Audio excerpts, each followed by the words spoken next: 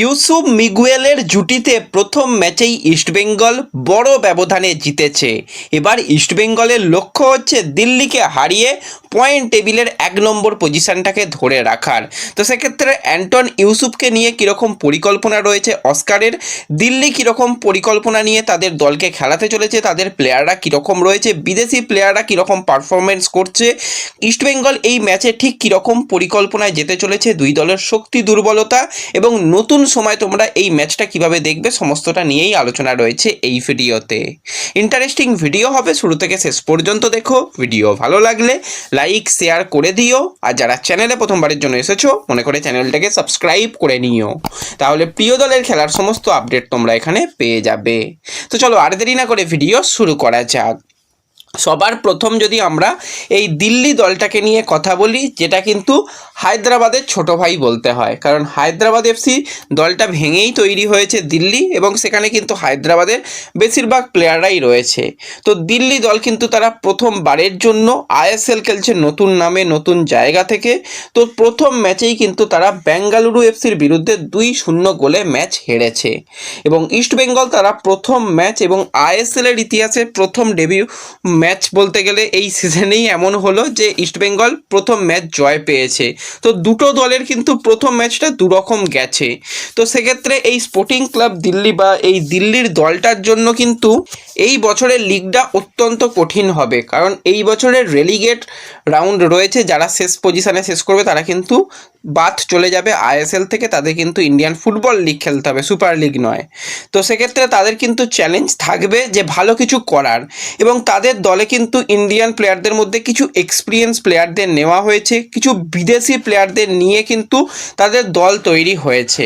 তো এই টমাস কিন্তু তার দলে মূলত তার পছন্দের প্লেয়ারদের নিয়ে একটা দল গঠন করেছে, যেখানে কিন্তু আমরা গোলকিপার পজিশনে দেখতে পাচ্ছি নোরাকে কেরালা থেকে উড়িয়ে আনা হয়েছে একদম শেষ মুহূর্তে। এছাড়া ভিশাল যাদব, করণজিৎ গোলকিপার পজিশনে রয়েছে। ডিফেন্ডার প্লেয়ার হিসাবে কিন্তু এখানে রয়েছে বিদেশি প্লেয়ারের মধ্যে রাফায়েল রুবিরো, ইন্ডিয়ান প্লেয়ারের মধ্যে হ্যাংসিং রয়েছে, মনোজ মোহাম্মদ রয়েছে, অ্যালেক্স সাজি, মোহাম্মদ রাফি, তারা কিন্তু রয়েছে। ডিফেন্সিভ মিডফিল্ডার পজিশনে কিন্তু রাজস্থান ইউনাইটেড থেকে সেখানে জোড়া বিদেশি প্লেয়ার, দুজনই ঘানার প্লেয়ারকে কিন্তু মিডফিল্ডার পজিশনে নিয়ে আসা হয়েছে। এছাড়া সেখানে মোহাম্মদ আজার রয়েছে, আয়ুষ অধিকারী রয়েছে, এছাড়া ইসাক রয়েছে, তারা কিন্তু মিডফিল্ড পজিশনে সামলাতে পারবে। উইঙ্গার পজিশনে কিন্তু রয়েছে মোহাম্মদ আইম্যান, সৌরভ কে এর মতন প্লেয়ার, রামলং টুঙ্গার মতন প্লেয়ার, দেবেন্দ্র মুরগাওকার, এবং স্ট্রাইকার পজিশনে কিন্তু জোসেফ সানি বলো বা অ্যালান সাজি বলো, বা তাদের যে আরও একজন বিদেশি প্লেয়ার রয়েছে ব্যাবোভিচ, সেও কিন্তু রয়েছে। তো ওভারঅল দলটায়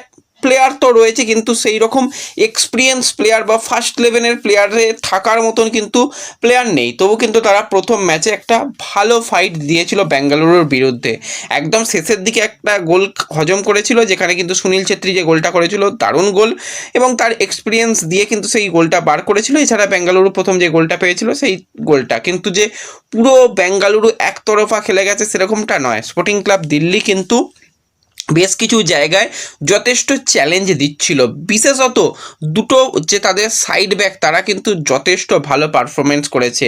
প্রথম ম্যাচে রাফায়েল রুবিরো ঠিকঠাক খেলেছে, কিন্তু তার পাশে অ্যালেক্স সাজিকে আমরা মূলত দেখতে চাই, কারণ অ্যালেক্স সাজি থাকা মানে ডিফেন্সের নিচে নেতৃত্ব দেবে। তো সেই জায়গায় কিন্তু তাদের একজন প্লেয়ারকে, ইয়াং প্লেয়ারকে সুযোগ দিয়েছিল, অতটাও কিন্তু সে নিজেকে মানিয়ে নিতে পারেনি।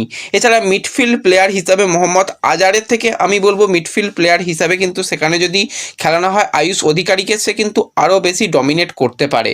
এছাড়া উইং পজিশানে কিন্তু এখানে রামলন টুঙ্গা ছিল, এছাড়া মোহাম্মদ আইম্যান বলো বা বাবুভিচ ছিল। খুব একটা অ্যাটাকিংয়ের প্লেয়াররা কিন্তু কিছু করতে পারেনি, কিন্তু তাদের যে স্ট্রাইকার সে কিন্তু বেশ কিছুটা ফিজিক্যাল এবিলিটি ইউজ করছিল, বারবারই কিন্তু সে চাপে রাখার চেষ্টা করছিল অপোনেন্ট ডিফেন্ডারদের।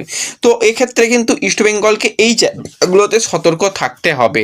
তো যদি আমরা স্পোর্টিং ক্লাব দিল্লির প্লেইং 11 নিয়ে কথা বলি, তাদের লাস্ট ম্যাচে যেরকম প্লেইং 11 ছিল সেম প্লেইং 11 নিয়েও তারা খেলাতে পারে। তো সেক্ষেত্রে 4-4-2-এ তাদের দল থাকবে। গোলকিপার পজিশনে ভিশাল যাদব, ডিফেন্ডার প্লেয়ারে ফান্ডারেজের সঙ্গে রুবিও, এছাড়া সাইড ব্যাকে একদিকে হ্যানসিং, অপরদিকে মনোজ মোহাম্মদ, মিডফিল্ডারে হন্ডুর সঙ্গে মোহাম্মদ আজার এবং উইঙ্গার পজিশনে দেবেন্দ্র মুরগাওকারের সঙ্গে কিন্তু এখানে লালরেন চুলা রয়েছে, তাকে ব্যবহার করা হবে এবং স্ট্রাইকার পজিশনে মোহাম্মদ আইবানের সঙ্গে বাবোভিচকে রাখা হবে। এবার যদি বেশ কিছু ইন্টারেস্টিং চেঞ্জ যেগুলো বলছিলাম সেগুলো যদি করে, তো ডিফেন্ডার প্লেয়ার হিসেবে সবার আগে অ্যালেক্স হাজি আসবে। মিডফিল্ড প্লেয়ারে কিন্তু আজহারের সঙ্গে কিন্তু হন্ডু শুরু করবে। কিছুটা অ্যাটাকিং মিডফিল্ডারে আমরা আন্ডার-23 জার্সি গায়ে দেখেছিলাম মোহাম্মদ আইম্যানকে যথেষ্ট ভালো খেলতে। আইম্যানকে উইং পজিশনে একদিকে দেবেন্দ্র মুরগাওকার থাকুক, অপরদিকে জোসেফ সানি বা লালরেন চুঙ্গা তাকেও খেলাতে পারে এবং স্ট্রাইকার পজিশনে বাবোভিচ তাকেই কিন্তু শুরু করাতে পারে। এটাও কিন্তু একটা দিল্লির জন্য বেস্ট প্লেইং 11 হতে পারে কয়েকটা পরিবর্তন করে। তো ইস্ট বেঙ্গল কিন্তু চাইবে দ্বিতীয় ম্যাচেও জয় তুলে নিতে। প্রথম ম্যাচে আমরা দেখেছিলাম ইউসুফে এজেজারির একদম জারি জুড়ি, তার কিন্তু জোড়া গোল, সেখানে কিন্তু ইস্টবেঙ্গল প্রথম ম্যাচেই জয় পেয়েছিল। এবার তো ইস্টবেঙ্গলের ষষ্ঠ বিদেশি প্লেয়ার ড্যানিশ স্ট্রাইকার অ্যান্টন সেও এসে গেছে। তো অ্যান্টন ইউসুফ দুজন প্লেয়ারকে নিয়ে যদি অস্কার পরিকল্পনা করে তো একবার ভাবো ইস্টবেঙ্গলের অ্যাটাকিং লাইনটা কী হবে।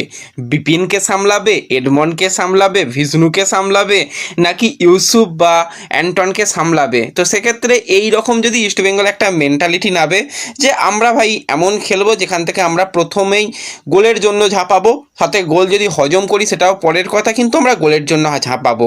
তো সেক্ষেত্রে ডিফেন্স এবং গোলকিপারে কোনো রকম পরিবর্তন নয়। সেখানে কিন্তু জিকসন আনোয়ার আলীকে সেন্টার ব্যাকে, সাইড ব্যাকে কিন্তু লালচং নুঙ্গা এবং জয়গুপ্তা, আর গোলকিপারে তো গিল রয়েছে। মিডফিল্ডে কিন্তু কিছু সেক্ষেত্রে পরিবর্তন করতে হবে। তো এডমন্ড যা পারফরমেন্স করেছে তাকে নন্দর আগে অবশ্যই নিয়ে আসা দরকার উইং পজিশনে।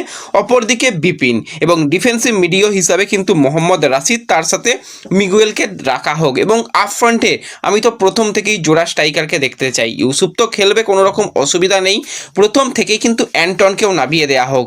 এত ভালো সুযোগ ইস্টবেঙ্গল পাবে না, কারণ ইস্টবেঙ্গলের এর পর ম্যাচ রয়েছে। তো সেক্ষেত্রে স্পোর্টিং ক্লাব দিল্লি একটু তুলনামূলক সহজ প্রতিপক্ষ, তো তাদের বিরুদ্ধে প্রথম থেকে তাকে নামিয়ে যদি ফার্স্ট হাফেও খেলানো যায় বা যদি তাকে 60 মিনিট যদি সে খেলার জায়গায় থাকে, তো সেক্ষেত্রে প্রথম থেকে জোড়া স্ট্রাইকার যদি খেলে ইস্টবেঙ্গলের গোলের ক্ষেত্রে চিন্তা নেই। সাথে মিগুয়েল, বিপিন, এদিক থেকে আমাদের যাবে হচ্ছে এডমন্ড। তো সেক্ষেত্রে একদম দিল্লি দলকে জাস্ট খেয়ে নিতে পারে ইস্টবেঙ্গল। তো এটা একটা ইস্টবেঙ্গলের জন্য বেস্ট প্লেইং 11 হতে পারে।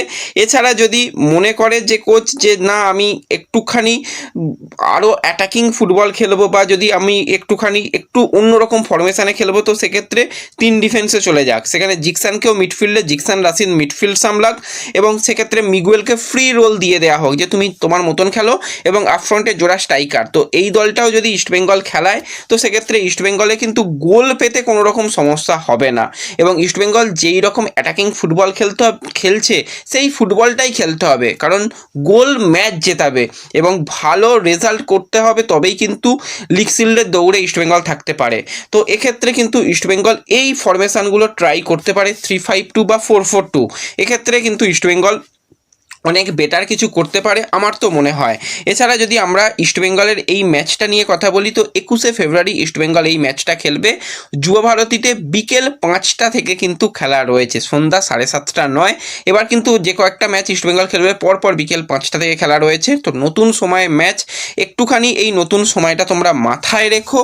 আর অনেকেই টিকিটের ব্যাপারে বলছিলে, দেখো টিকিট তোমরা অনলাইনে কাটতে পারবে, যে ডিস্ট্রিক্ট বা জোম্যাটো অ্যাপ রয়েছে সেখান থেকে তোমরা টিকিট কেটে নাও এবং টিকিট রিডিম তো ম্যাচের দিন পর্যন্ত করা যাচ্ছে, কোনো রকম অসুবিধা নেই।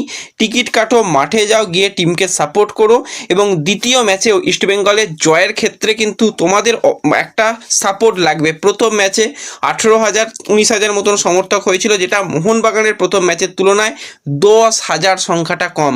দ্বিতীয় ম্যাচে গিয়ে টিমকে আরও বেশি সাপোর্ট করো, যাতে টিম কিন্তু আরও ভালো পারফরমেন্স করে, টিমও কিন্তু ট্রফি জিততে মরিয়া। তো তোমরা একটু পারলে গিয়ে সাপোর্ট করো, তাহলেই কিন্তু ইস্টবেঙ্গল ভালো রেজাল্ট করতে পারবে। তো অন পেপার ইস্টবেঙ্গল অনেক ভালো দল, অনেক শক্তিশালী দল। ইস্টবেঙ্গলের শক্তি তো অনেকই রয়েছে, দুর্বলতার জায়গা ইস্টবেঙ্গলের নেই, কিন্তু সেই জায়গাতে একটু হলেও অন পেপার তো পিছিয়ে রয়েছে। Sporting club Delhi. কিন্তু খেলা তো মাঠের মধ্যেই হবে, যেই দল সেই দিন ভালো পারফরমেন্স করবে তারাই কিন্তু শেষে ম্যাচ জিতবে। তো ওভারঅল তোমাদের কি মনে হয়, এই ম্যাচটা কি হাই স্কোরিং ম্যাচ হতে পারে? অবশ্যই আমাকে কমেন্টে জানিও। ভিডিও ভালো লাগলে লাইক শেয়ার করে দিও। দেখা হবে পরবর্তী ভিডিওতে। ধন্যবাদ।